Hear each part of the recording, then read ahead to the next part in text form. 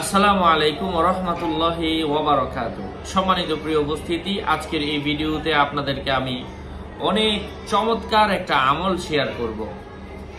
কোরআনুল কারীমের একটা আয়াত রয়েছে, ফাবি আইয়ি আলাই রাব্বিকুমা তুকাযযিবান, এর অলৌকিক কিছু ফজিলত। এর ফজিলত আমি আপনাদের সাথে কিন্তু আগেও শেয়ার করেছি, তারপরেও অনেকের কাছে অস্পষ্ট। তো এই আমলের মাধ্যমে আমলটা কিভাবে করবেন, কোন সময় করবেন আমি আগে বলে দিচ্ছি, তারপর কি লাভ সেটা বলবো।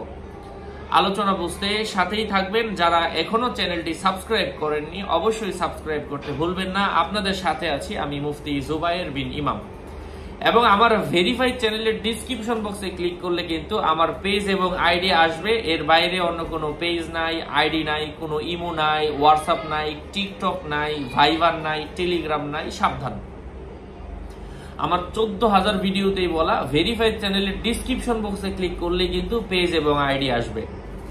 যাই হোক, আমি যে কথাটা বলছিলাম, কোরআনুল কারীমের মধ্যে সূরাতু আর রহমান, এটা এমন একটা সূরা যেই সূরাটা হাসরের মাঠে যারা জান্নাতে যাবে, এটা আল্লাহ তাআলা নিজে তার বান্দাকে পড়ে শোনাবেন।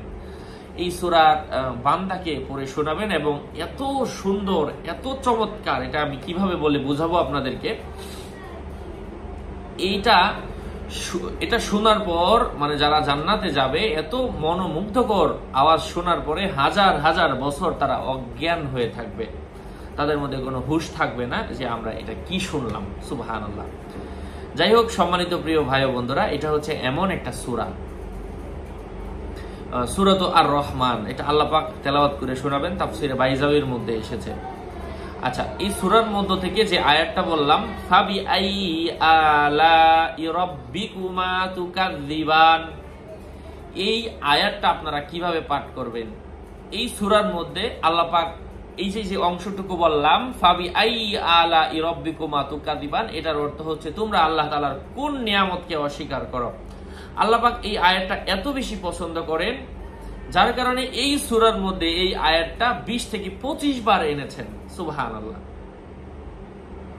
তো এই সূরাটা, যাদের বাসায় বাংলা কোরআন আছে আপনারা কোরআন দেখে পড়তে পারেন, আর যারা ভিডিও দেখছেন তাদের হাতে অবশ্যই স্মার্টফোন আছে, তারাও চাইলে গুগলে সার্চ করতে পারেন ফাবি আই সূরা আর রহমান, বাংলা উচ্চারণ এবং অর্থ সহ গুগল থেকে আপনাকে সরাসরি দিয়ে দিবে।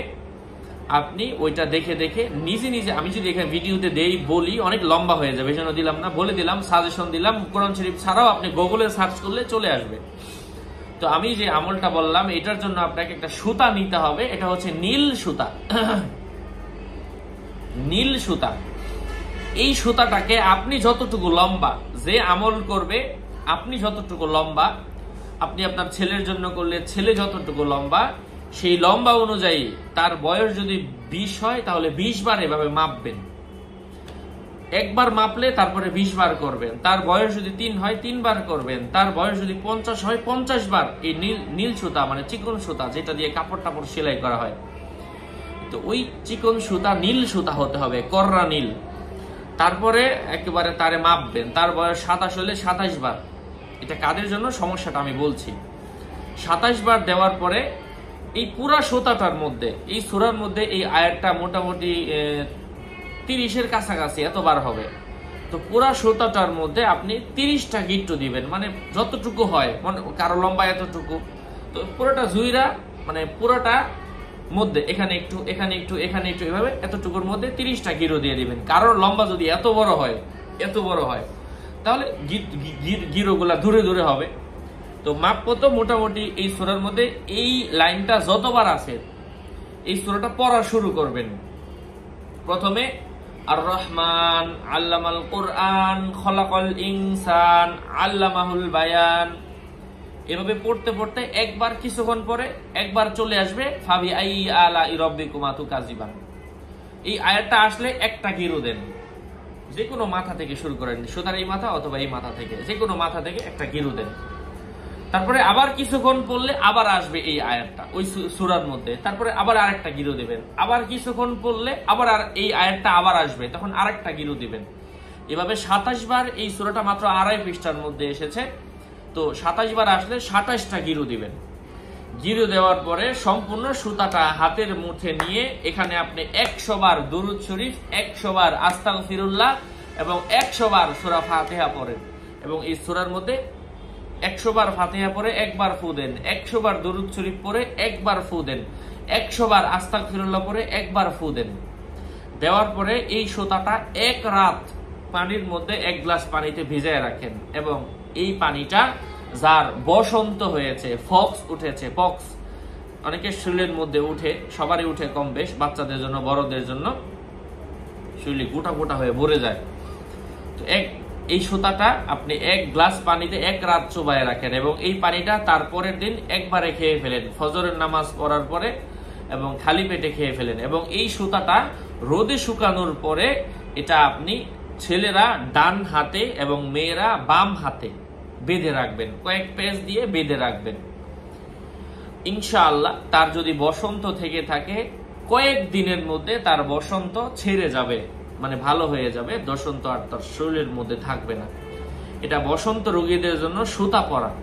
এবং এই বিষয়ে অনেক আলেমগণ, আল্লামা আনোয়ার শাহ কাশ্মীরি, আল্লামা ইমাম আহমদ বিন আনোয়ার শাহ কাশ্মীরি এবং আল্লামা নাম হচ্ছে আশরাফ আলী থানবী, এই জাতীয় বড় বড় ওলামায়ে কেরামগণ এখানে আপনার, তারপর আরো এসেছে নাইমুল ইসলাম সাহেব, এই জাতীয় আরো কিছু ওলামায়ে কেরামগণ আছেন যারা আপনার এই কিতাবগুলোর মধ্যে আমলগুলা দিয়েছেন এবং তাদের কিতাবগুলা থেকে এটা সংগ্রহ করা। এই আমলগুলা আপনারা করবেন ইনশাআল্লাহ। কোনো রোগী থাকলে তাদেরকে দিবেন, আপনার বাচ্চা থাকলে কোরআন পড়তে পারলে আপনি মা হিসাবে আপনি আপনার বাচ্চাকে দেন, আপনি হাজবেন্ড হয়ে থাকলে আপনি আপনার স্ত্রীকে বাচ্চাকে দেন ইনশাআল্লাহ। আল্লাহর কালাম।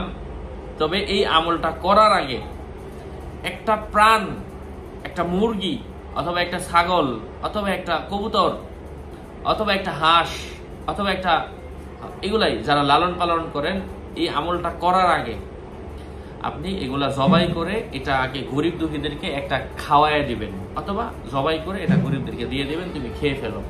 এটা করার পরে যদি এই আমলটা আপনি সুতাটা এইভাবে মাপ দিয়া তার বয়স অনুযায়ী তারপরে গিরু দিয়ে আপনি পরা দেন, ইনশাআল্লাহ আল্লাহ পাক তাকে বসন্ত ভালো করে দিবেন ইনশাআল্লাহ।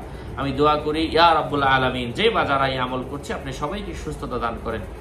আরো আপডেট পেতে সাথেই থাকবেন, সুস্থ থাকবেন। আমার ভেরিফাইড চ্যানেলের ডিসক্রিপশন বক্সে ক্লিক করলে পেজ এবং আইডি আসবে, এর বাইরে অন্য কোনো পেজ নেই, আইডি নেই, সাবধান।